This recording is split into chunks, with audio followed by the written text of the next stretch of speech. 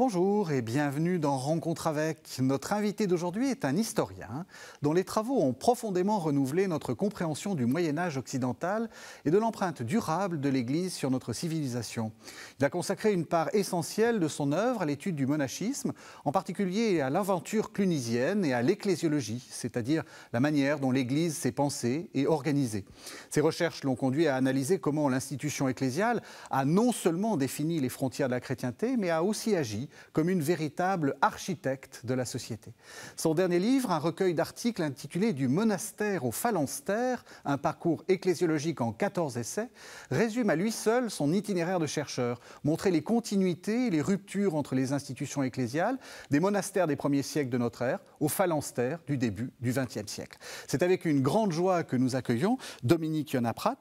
Bonsoir. Bonsoir. Vous êtes directeur d'études à l'École des hautes études en sciences sociales et donc, je l'ai dit, vous venez de faire paraître aux éditions Beauchesne ce livre un peu, au titre un peu mystérieux, hein, du monastère au phalanstère. Monastère, on voit ce que c'est. Phalanstère, vous allez nous expliquer. Qui est une sorte de parcours, en fait, de votre œuvre. Et du coup, j'ai envie de vous poser une première question. Quelle a été votre formation? Est-ce que vous avez eu des maîtres? Est-ce que vous avez eu des gens qui vous ont particulièrement influencé? J'ai eu la formation typique de ma génération, en commençant mes études supérieures dans les années 70. Au fond, le petit provincial de l'ouest de la France que j'étais avait envie de faire du journalisme. Donc j'ai étudié un petit peu sur les conseils de mes maîtres en journalisme dans un petit journal de province, Ouest France, ou un grand journal. C'est un grand journal. France, oui. J'ai fait des études de lettres modernes, j'ai fait des études d'histoire, mais sans perspective universitaire. D'ailleurs, à l'époque, on appelait ça des licences libres. Et puis, au fond, le journalisme n'a pas si bien tourné que ça.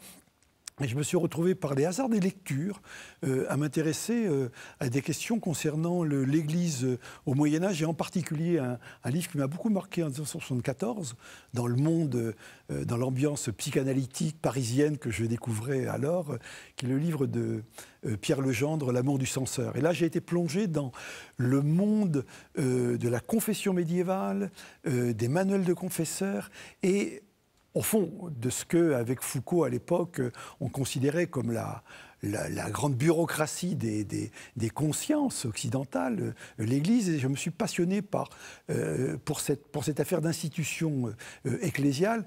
Et il est évident que mon passé de catholique de l'Ouest a joué à plein, puisque ce n'était pas un choix absolument évident. Début des années 70, 74, 75, de se lancer dans des travaux concernant l'histoire de l'Église. Mes camarades m'ont semblé à l'époque perplexes et un peu perdus par rapport aux choix possibles, mais ça a été effectivement un choix tout à fait déterminant et au fond qui s'ancre dans la logique du petit catholique de l'Ouest que j'étais, issu d'une typique de la civilisation paroissiale et qui a découvert la société à travers l'Église, à travers la paroisse, à travers les questions que posait l'Église, j'allais dire même tout un accès au monde symbolique. Je suis d'un milieu tout à fait modeste, tout l'accès au symbolique que l'histoire du christianisme peut nous procurer. De là, votre intérêt sur le côté très formateur de l'Église. L'Église qui forme la société à la fois dans son idéologie, mais aussi dans sa vie concrète. Oui, c'est effectivement, j'allais dire, la donne de base, ce dont j'ai hérité de mon histoire familiale, autant par mon père, petit ouvrier italien du Frioul, que par ma mère angevine, c'est le fait que notre culture est façonnée par le christianisme. Alors après ça, il y a une question d'adhésion et de ce qu'on va faire de son héritage chrétien, mais en tous les cas, du point de vue culturel et j'allais dire sociologique, pour moi, le christianisme a toujours été un horizon d'examen. Comment comprendre ce que nous sommes après, j'allais dire, une histoire millénaire qui a été marquée par le christianisme. Ça a été la donne de départ. Et je dois dire que ce à quoi j'ai accroché à l'université dans mon parcours un petit peu libre, entre histoire, sociologie, anthropologie et philosophie, c'est finalement la marque très très profonde, à très long terme, de le christianisme dans la façon de penser le social. Oui. Marque profonde, alors qu'est-ce que... On va y arriver petit à petit, mais sur quoi? Marque sur les esprits ou sur autre chose? Marque sur les esprits, puis nos façons d'être. Comment est-ce que l'on peut penser un monde qui fait communauté avec, je vais dire, toutes les catégories qui ont été forgées par le christianisme, et jusque-y compris, j'allais dire, des questions que je ne soupçonnais pas forcément à l'époque, mais des questions qui sont tamisées par des siècles de théologie. Et ça a été précisément bien ça, la difficulté, ça a été de pouvoir puiser dans un fond, mais dans un fond, j'allais dire, d'éducation tout à fait traditionnelle, de passer à des interrogations qui m'obligeaient à me faire aux questions du temps, à partir des années 70, mes années étudiantes, et de trouver une connexion avec la façon dont nos catégories, pour penser le fait communautaire, pour penser le social, étaient des catégories héritées de la théologie, avec évidemment toute la difficulté consistant à conjoindre des univers disjoints, puisque le monde de mon éducation angevine, puisque je suis originaire de la ville d'Angers, a été une éducation religieuse dans des collèges, comme c'est le cas d'ailleurs à l'Ouest, où l'offre d'éducation est essentiellement confessionnelle, et puis ensuite de rejoindre une université républicaine, dans laquelle il n'y avait aucune offre du tout d'ouverture vers la théologie et vers la religion en général.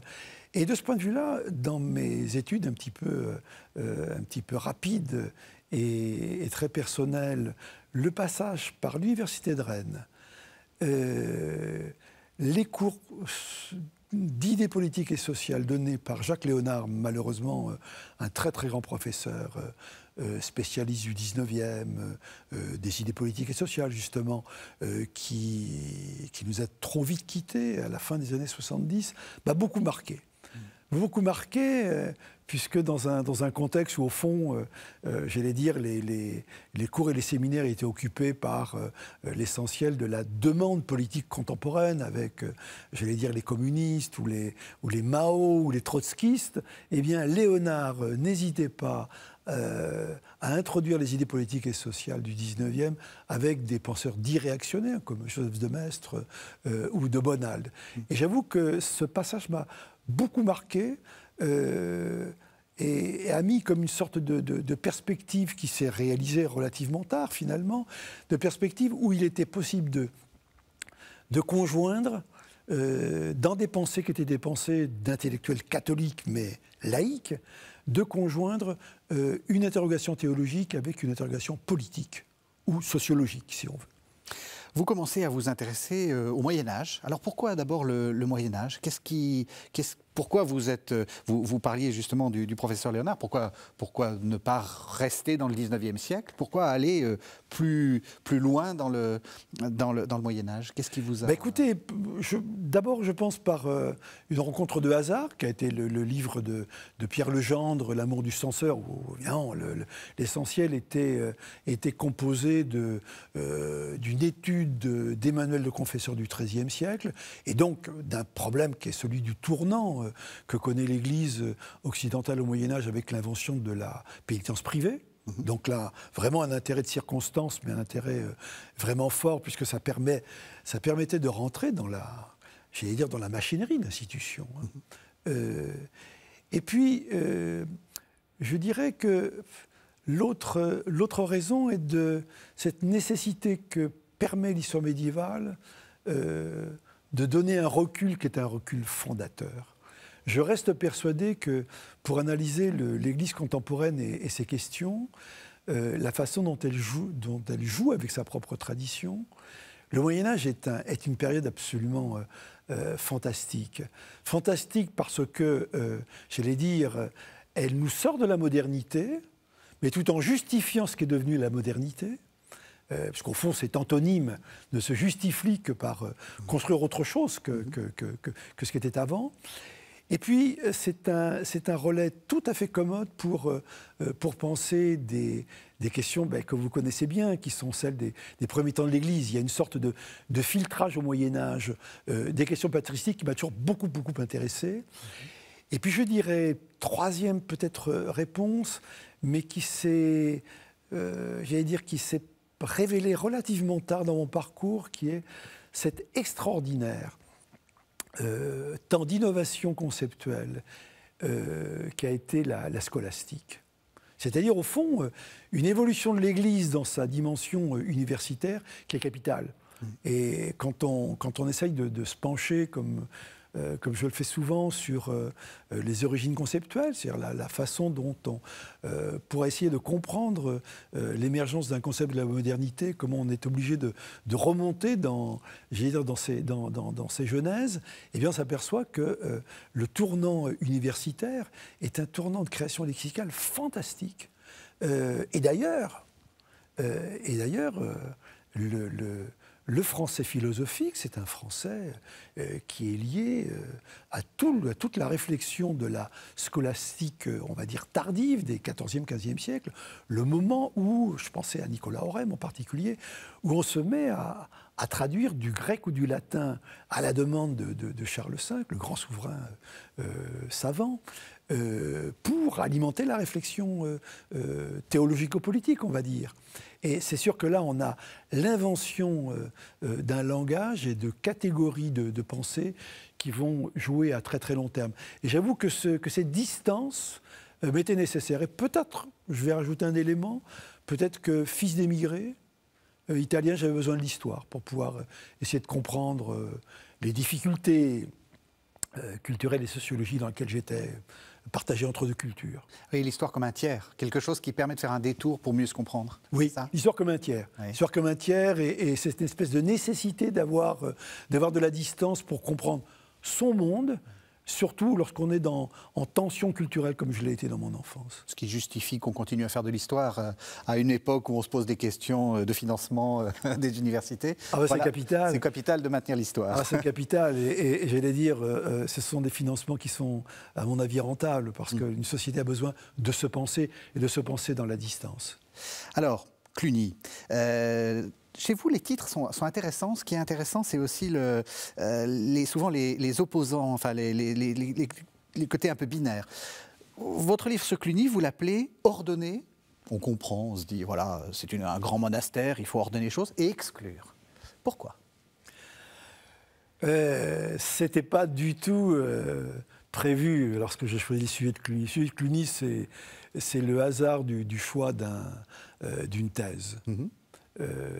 Je voulais, après la maîtrise que j'avais faite à la Sorbonne avec Michel Mola, qui était une maîtrise sur des vies de saints des XIe, XIIe siècle, qui tournait justement autour de la pénitence, le problème qui m'avait intéressé avec le gendre, la pénitence telle qu'elle a été pratiquée par des ermites du Bas-Maine, en particulier le fondateur de Fontevraud, Robert d'Avricel, qui pratiquait la pénitence de façon, j'allais dire, de façon physique, entouré de disciples de Marie-Madeleine, de femmes repenties, et toute la question était de savoir comment est-ce qu'on peut résister à la tentation, et en particulier résister à toute la question de la macule sexuelle. Oui, Fontevraud, il faut le rappeler, était un monastère mixte. C'est un peu compliqué, mais enfin... Monastère double. Un monastère double, voilà. Monastère double.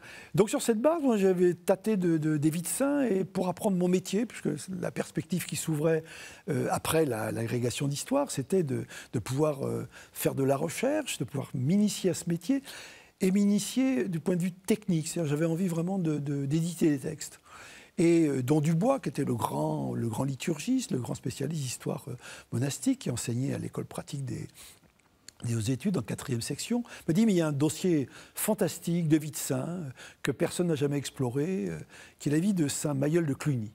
Alors évidemment, j'ai compris après pourquoi est-ce que ça a été resté inexploré, c'est que c'était un dossier très compliqué. Heureusement, un grand philologue m'a pris en main, François Dolbeau, et donc on a on a ensemble, j'ai réussi grâce à lui à m'initier, puis on a ensemble réussi à, disons, sortir ce dossier de l'ombre. Mais ça a été le point de départ, la formation sur le terrain clunisien que je n'avais pas forcément choisi pour lui-même. C'était vraiment l'offre d'un dossier. Ensuite, il faut attendre un certain nombre d'années, et là je chemine peu à peu vers mon habilitation à diriger des recherches.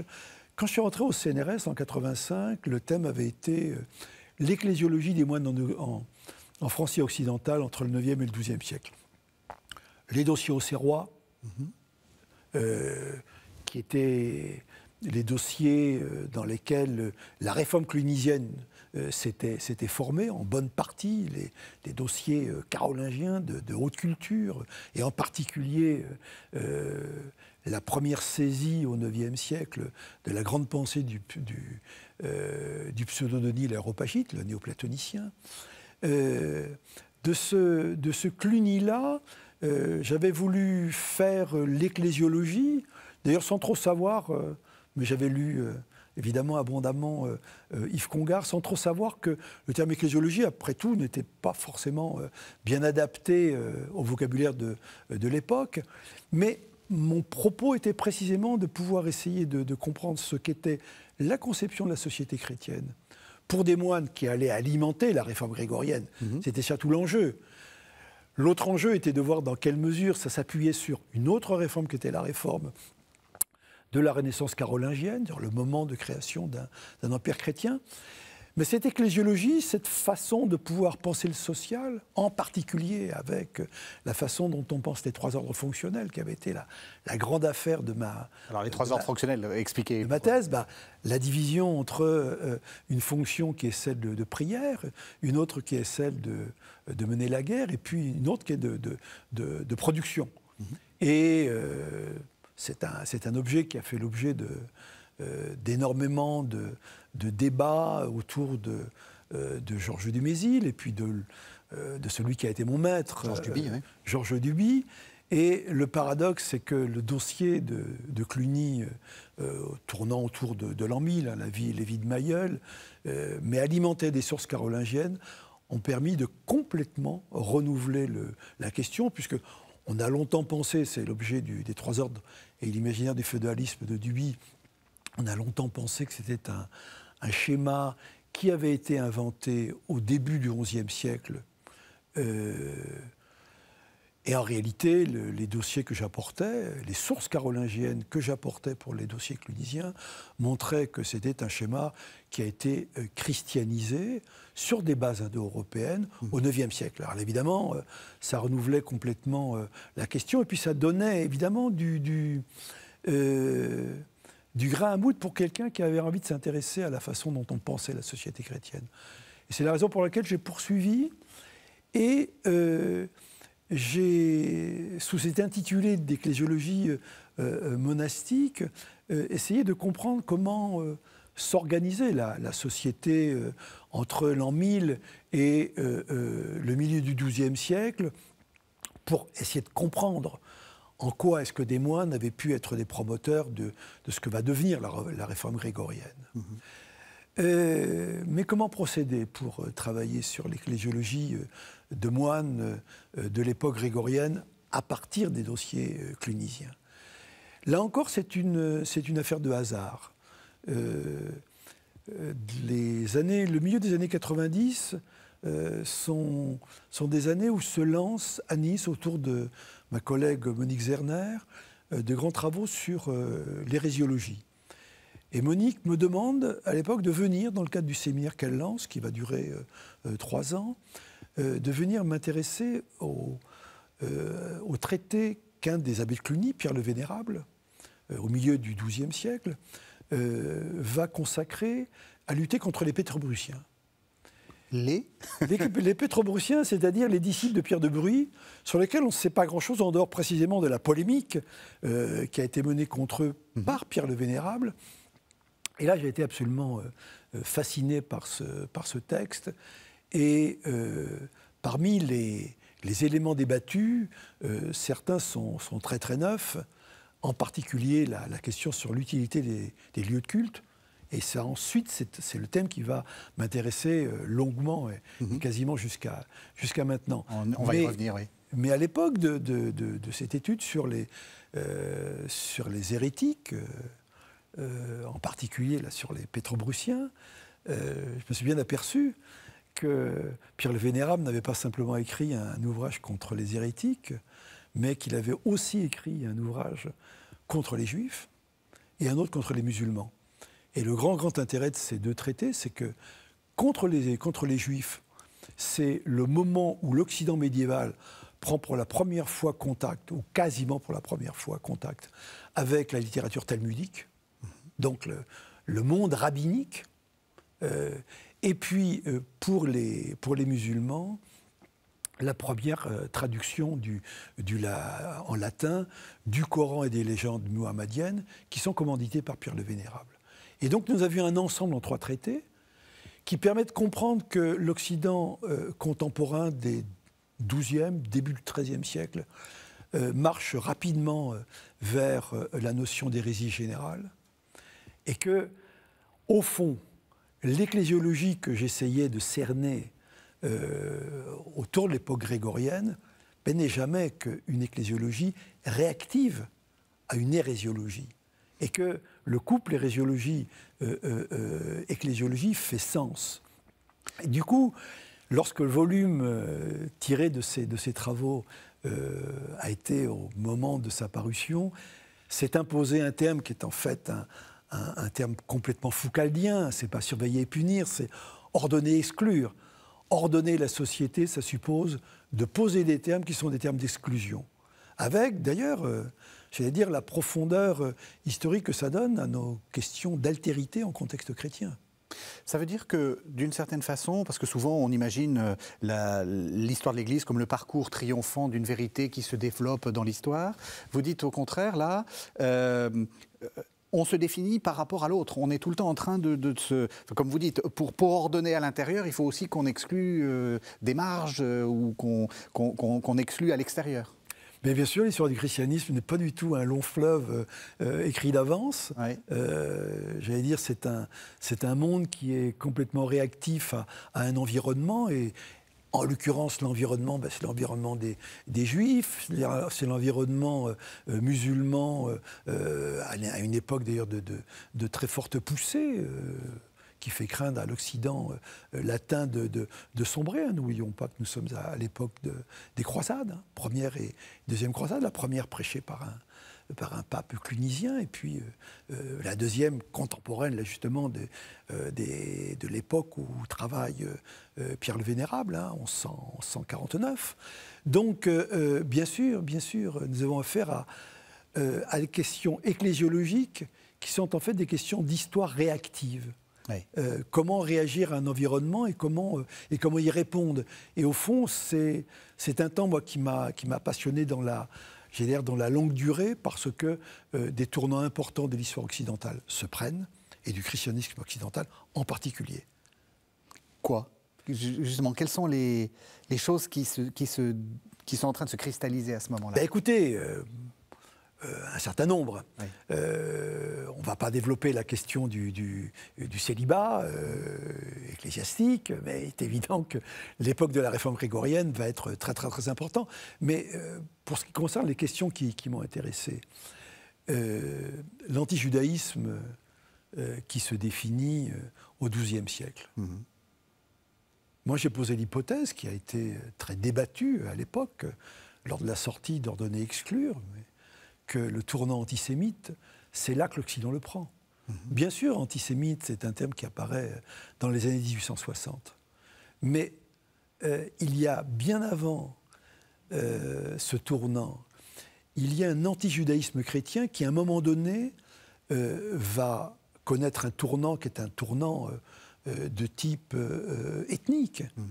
Et ce tournant-là est important. Souvenons-nous bien que les premiers portraits et premières caricatures juives datent du XIIIe siècle. C'est-à-dire les profils juifs.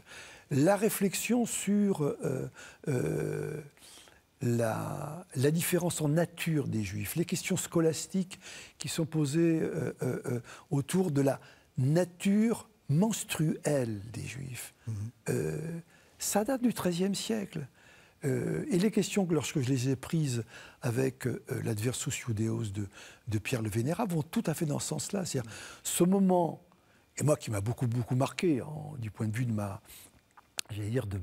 mon éducation catholique, ce moment où on délaisse les frères qui ont été longtemps des Juifs pour les définir dans une altérité complète, qui est une altérité bestiale. La littérature rabbinique qu'aborde Pierre le Vénérable et puis ensuite, j'allais dire, les polémistes chrétiens, c'est une littérature de la différence et de l'altérité radicale. On ne la comprend pas, on la commente à contresens, même si on a accès à des traductions, et on accède donc directement au texte. Et du coup, on n'a pas d'autre référence, on n'a pas d'autre réaction que de pouvoir les exclure dans une altérité qui est quasi bestiale. Alors bien sûr, il ne s'agit pas de parler de racisme, c'est une question qui n'a pas de sens, mais une altérité qui les met dans autre chose ou dans une périphérie de ce qu'est l'humanité chrétienne. Et là, il me semble que c'est une bascule à très très long terme importante. Et moi, j'avoue que c'est ce type d'histoire-là qui m'intéresse. C'est-à-dire la façon dont on peut se poser des questions contemporaines avec le recul que nous offre l'histoire, et en l'occurrence une histoire assez lointaine puisque c'est l'histoire du Moyen-Âge. Et justement, quand on dit, oui, tout ça, c'est pas de l'antisémitisme, comme vous dites très justement, ça s'invente, le terme s'invente au XIXe siècle, c'est de l'antijudaïsme. Est-ce que vous pensez que c'est rétrospectivement une manière de se disculper en disant, finalement, on n'a jamais été vraiment antisémite, enfin, ou anti-juif, comme vous dites, presque au niveau foncier. On a juste eu une petite opposition théologique. Quand on dit ça, on est en train de reconstruire l'histoire. Pour moi, en gros, l'Église est antisémite. Écoutez, je pense que malheureusement, mais je veux dire, on n'est pas comptable de l'histoire dont on hérite. Par contre, on est quand même comptable de la manière dont on l'a dit. Quand on dit tout ça, c'était que de l'antijudaïsme, c'est aussi une manière de ne pas reconnaître son héritage. Oui.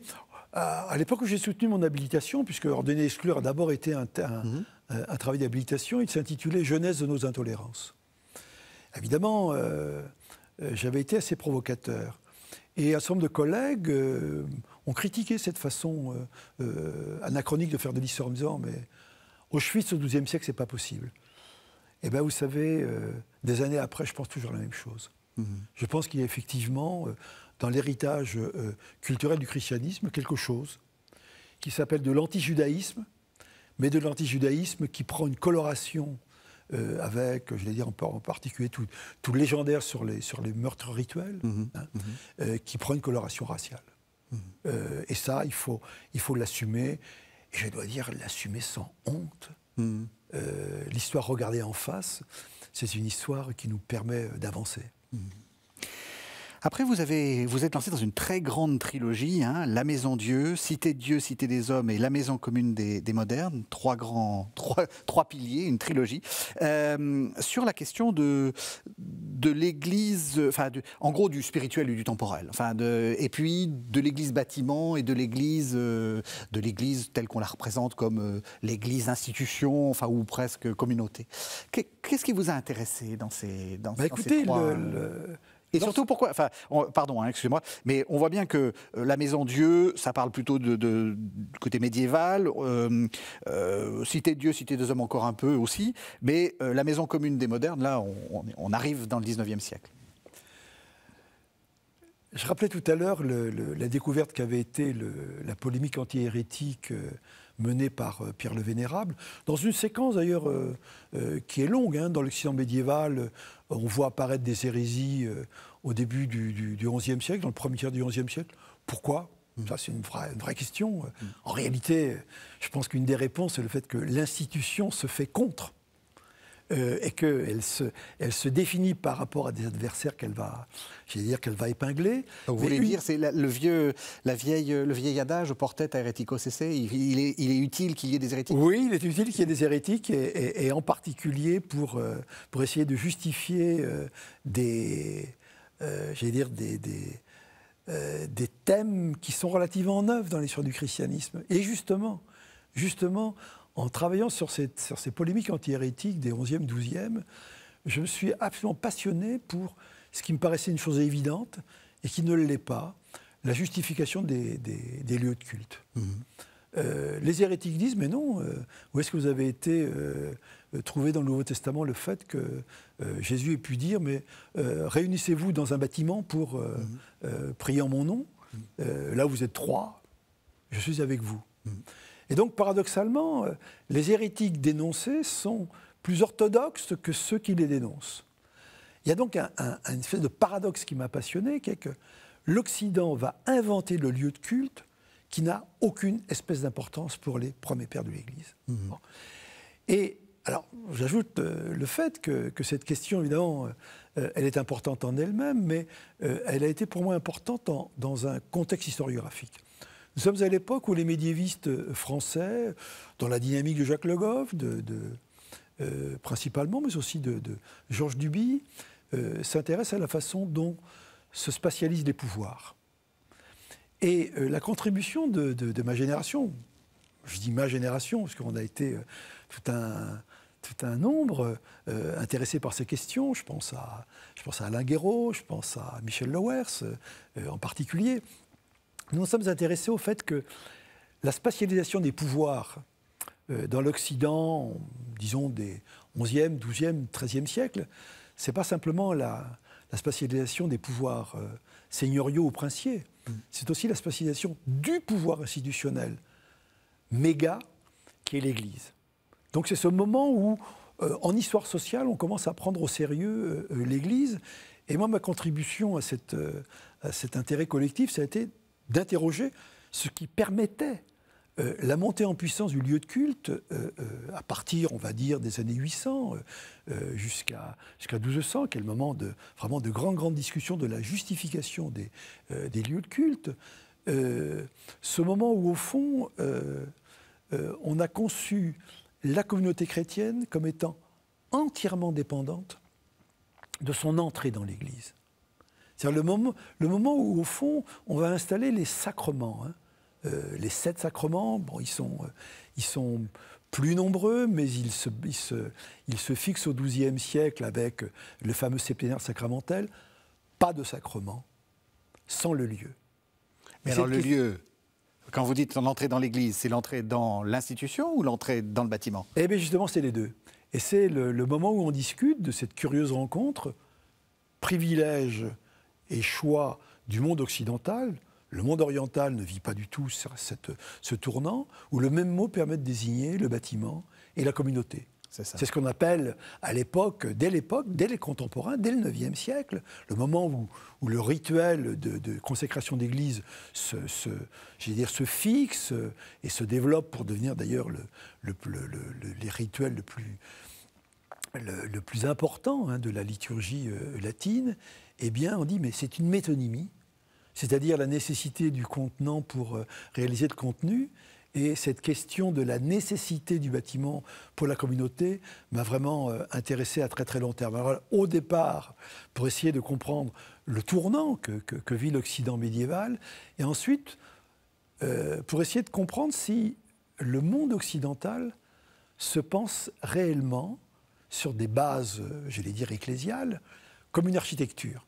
Et la question que je me suis posée après la Maison Dieu, qui a donné donc Cité de Dieu, Cité des Hommes, puis récemment la Maison Commune des Modernes, si l'option qui est prise dans l'Occident médiéval avec l'Église de penser la communauté à travers une architecture, si on pouvait l'étendre, et si on pouvait dire que le monde occidental, en réalité, se pense, ou pense la société sous une forme architecturée. Et c'est l'enquête qui a été menée ensuite, évidemment sur d'autres bases, avec toute la question de savoir si l'Église continue à jouer un rôle, et quel rôle, entre le point de départ et le point d'arrivée étant les 19e et 20e siècles. Et la réponse est La réponse, c'est que, effectivement, le monde tardo-médiéval et pré-moderne, autrement dit, on va dire entre 1200 et 1500, continue à penser la société sous une forme architecturée, mais à travers un autre modèle, qui est le modèle politique. Et la grande matrice de la réflexion, et d'ailleurs matrice à long terme, c'est l'aristotélisme politique.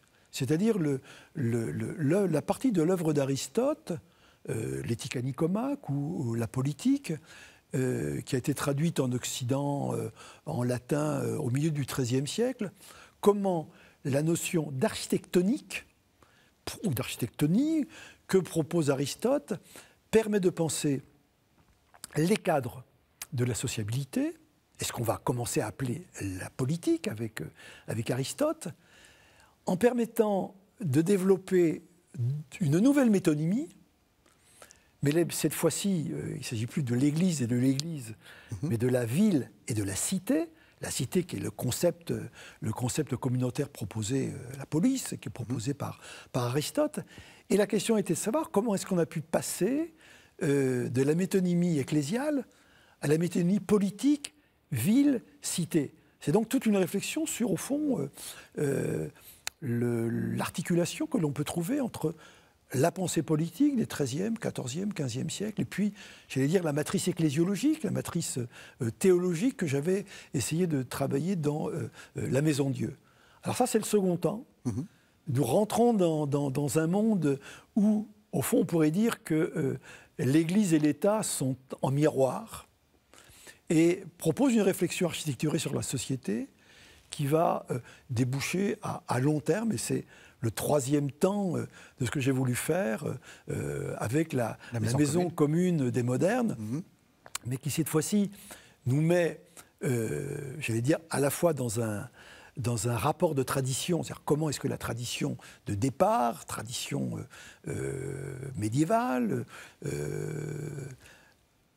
tamisée, resémantisée, retravaillée par l'aristotélisme politique, comment est-ce qu'elle débouche sur la pensée de la modernité politique, mais en contexte post-révolutionnaire, à un moment où il faut réinventer la société, après ce drame qu'a été la Révolution française, ce drame pour les élites catholiques, mais j'allais dire un drame de tout point de vue pour des hommes qui sont obligés de se réinventer psychologiquement et sociologiquement.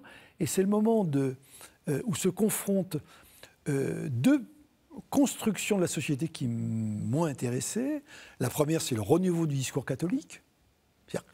Comment est-ce qu'on peut penser le social après le traumatisme révolutionnaire, dans une façon de retrouver la tradition chrétienne ancienne, et en particulier la tradition d'Aristote filtrée par Thomas d'Aquin. Grosso modo, au fond, la ligne que j'ai suivie, c'est la ligne du thomisme et du néo-thomisme, d'un côté. Mais en face, nous avons un discours au miroir qui est celui des utopies sociales, le nouveau christianisme de Saint-Simon, ou bien la religion de l'humanité d'Auguste Comte, ou encore, puisque nous parlions de phalanstère au départ. Oui, qu'est-ce que c'est qu'un phalanstère ? Ben voilà, la façon dont Fourier essaye de penser la communauté fixée à travers le phalanstère. Le phalanstère, c'est au fond une formation qui est tirée du monastère, mais qui est un cadre de socialisation architecturée, laïque, proposé par une autre forme d'utopie sociale par Fourier. Et comment, au fond, ces discours de refondation de société sont des discours qu'on a intérêt à travailler en miroir. J'avoue que je ne comprends pas très bien comment est-ce qu'on peut faire l'histoire du renouveau catholique au XIXe siècle sans se dire qu'il y a en face des penseurs qui sont mis à l'index. Si on les met à l'index, c'est qu'on les a lus. Et que ces penseurs, en réalité, vont permettre au catholicisme, au discours catholique, de se renouveler aussi par opposition, par confrontation.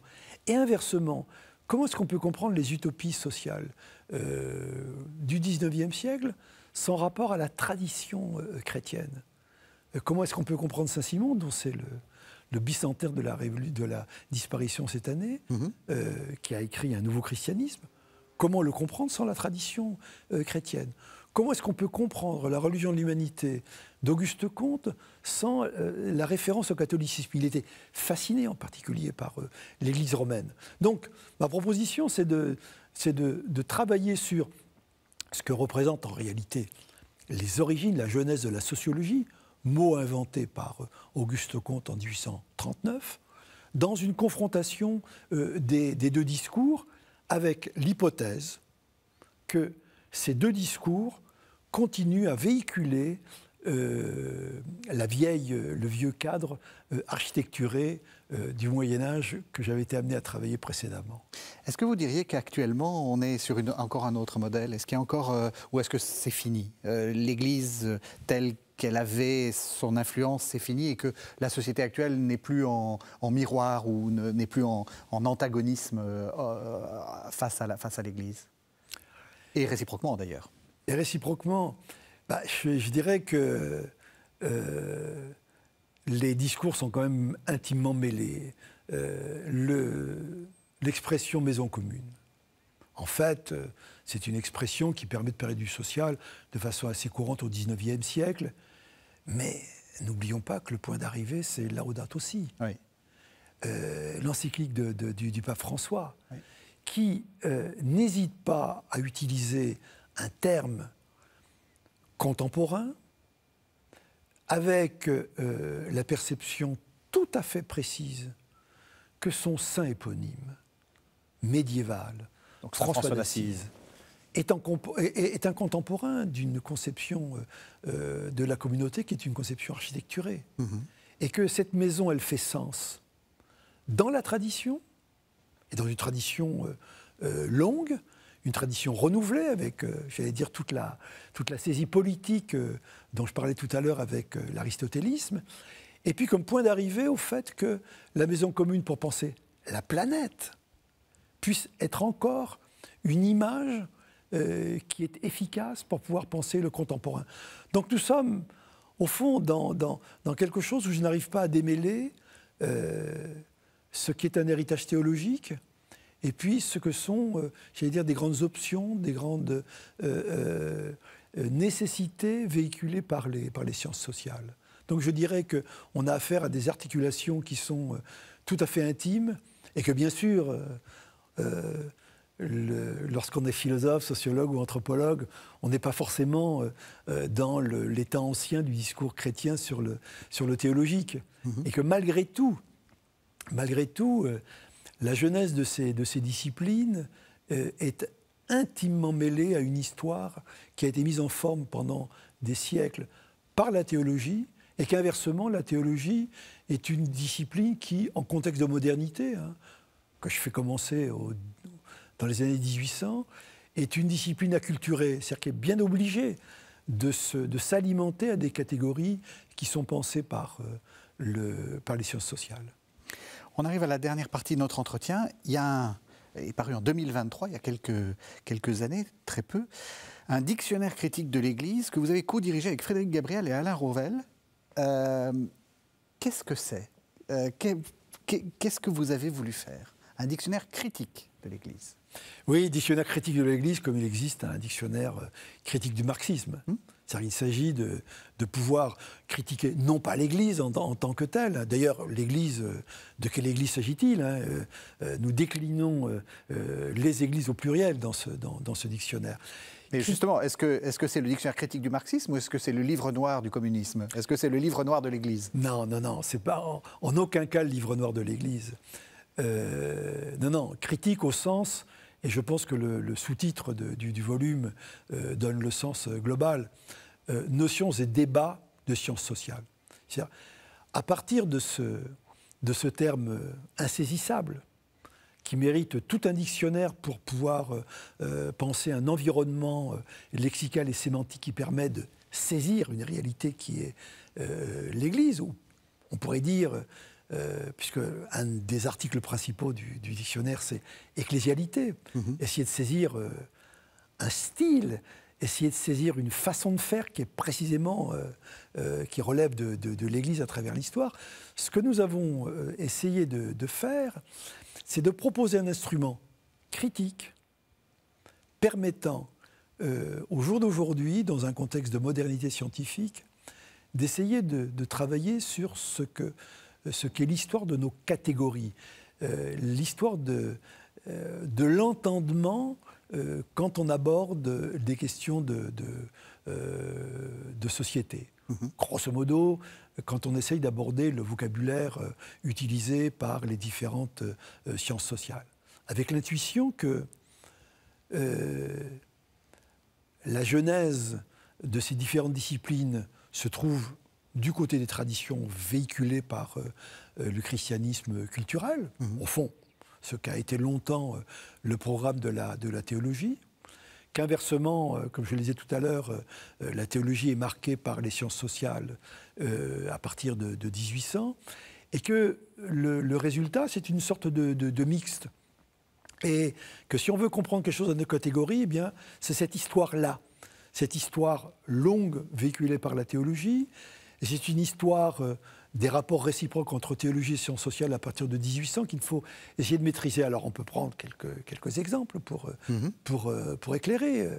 Je ne sais pas moi, charisme. Charisme, comment comprendre la question du charisme si on ne se réfère pas Saint Paul. À Paul, à l'enseignement paulinien, mais inversement. Comment est-ce que le théologien aujourd'hui peut travailler sur le charisme sans savoir ou sans prendre en considération le fait que la catégorie, le concept a été complètement travaillé par les sciences sociales de façon assez précoce. Je pense à la tradition de la grande théologie historique protestante qui va déboucher sur la sociologie des religions à la Weber. Et que, évidemment, cette rencontre dialectique entre théologie et sciences sociales, elle est déterminante pour pouvoir parler aujourd'hui de façon un tant soit peu raisonnée, un tant soit peu critique, de la notion de charisme. Est-ce que vous diriez qu'un sociologue, et surtout un sociologue des religions, c'est un théologien qui a mal tourné ou qui s'est laïcisé? Moi, je dirais que il y a vraiment un terrain commun, et je pense qu'en particulier que les praticiens, la théologie pratique, elle est très très proche des sciences sociales, et que inversement, un bon sociologue qui veut connaître son histoire est bien obligé de prendre en considération une tradition qui est de type théologique. Alors c'est vrai qu'au pays de la séparation de l'Église et de l'État, c'est compliqué. Moi je pensais que ça serait bien plus facile qu'enseigner à l'école des sciences sociales en étant recruté sur une chaire intitulée « Les territoires de l'Église », ça serait plus simple. Et je me suis aperçu que non, que cette séparation est profonde, que notre culture scientifique reste dans cette réalité j'allais dire, de séparation entre université confessionnelle et université laïque. Mais si j'en juge par mon propre parcours et l'état où nous en étions dans les années 70 et l'état où nous en sommes dans les années 2020, il y a de l'espoir. Mais ce sont précisément des travaux de ce type-là, le dictionnaire critique de l'Église, qui permettent d'avancer. Et si j'en juge par la réception, eh bien, ça fait son chemin et il y a de l'espoir.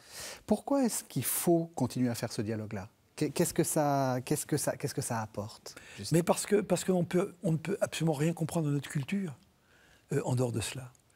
J'allais dire, c'est pas simplement l'ex-petit catholique de l'Ouest qui parle. Moi, je parle pour, j'allais dire, la culture que j'ai apprise et la culture dans laquelle j'ai évolué. Quand je me suis retrouvé à faire mes études dans l'université laïque, confronté à l'histoire, l'anthropologie, la philo, la socio qui commençait à m'intéresser, il est évident que c'était lié à l'enseignement que j'avais reçu comme jeune petit catholique. Et autant les questions que je m'étais posées jeune ne pouvaient pas trouver de réponse en dehors des sciences sociales que peu à peu je découvrais, inversement, je n'ai jamais compris comment les sciences sociales que je fréquentais pouvaient se justifier, pouvaient s'expliquer en dehors de cette tradition-là. Donc, bien sûr qu'il s'agit de faire strictement de l'historiographie de ces sciences sociales, mais c'est un bienfait qu'on peut faire à ces sciences sociales que de les tournés vers leur propre historiographie, vers leur propre genèse. Merci beaucoup Dominique Yonaprat. Alors je rappelle quelques-uns de vos livres, on va pas tous, on en a beaucoup parlé, mais donc La Maison Dieu qui est parue au Seuil en 2006, La Maison commune des modernes qui est parue au PUF en 2024, le Dictionnaire critique de l'Église PUF, Presse universitaire de France, en 2023, et puis le tout dernier, Du monastère au phalanstère, aux éditions Beauchesne 2025. Merci beaucoup d'avoir accepté ce dialogue, Dominique Yonaprat. Merci de nous avoir suivis. Vous savez que vous pouvez retrouver cette émission sur le site internet de la chaîne www.ktotv.com et on se retrouve la semaine prochaine.